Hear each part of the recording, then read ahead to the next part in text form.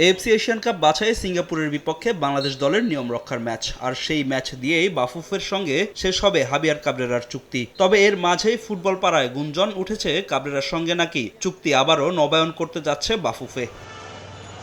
তবে সেই গুঞ্জন একেবারেই উড়িয়ে দেননি স্প্যানিশ কোচ। ক্রীড়া সাংবাদিকদের আয়োজিত ইফতার মাহফিলে এসে কাবরেরা জানান, বাফুফের সঙ্গে চুক্তি নবায়ন হচ্ছে কিনা এই প্রশ্নের জবাব পেতে অপেক্ষা করতে হবে এশিয়ান কাপ বাছাইয়ে বাংলাদেশের সিঙ্গাপুর ম্যাচ পর্যন্ত।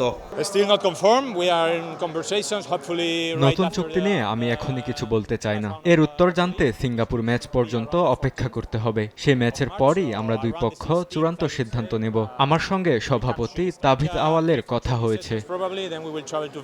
সিঙ্গাপুর ম্যাচের আগে ভিয়েতনামের বিপক্ষে একটি প্রস্তুতি ম্যাচ খেলবে লাল সবুজরা, যা একেবারে হালকা করে দেখছেন না হাবিয়ার কাবরেরা। দেশের মাটিতে 16 মার্চ থেকে ক্যাম্প ডেকেছেন জাতীয় দলের হেড কোচ।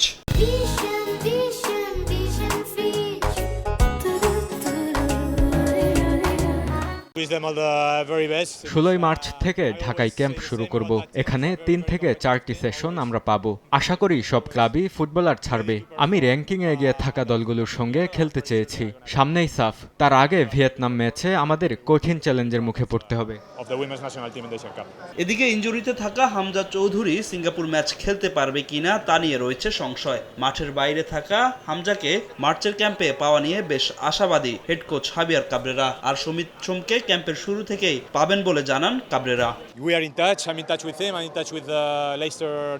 হামজার ইনজুরির বিষয়ে আমি খোঁজখবর রাখছি। আমি আশা করছি ও দ্রুতই সুস্থ হয়ে আমাদের সঙ্গে যোগ দেবে। তার ক্লাবের সঙ্গেও আমাদের যোগাযোগ রয়েছে। তবে সমিতকে আমরা শুরু থেকেই পাচ্ছি।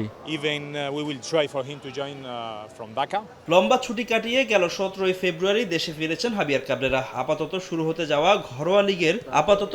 যাওয়া ঘরোয়া লিগে ফুটবলারদের পর্যবেক্ষণ করবেন কাবরেরা। এরপরেই ঘোষণা করবেন দল। ফাহিম ইসলাম, সময় সংবাদ, ঢাকা।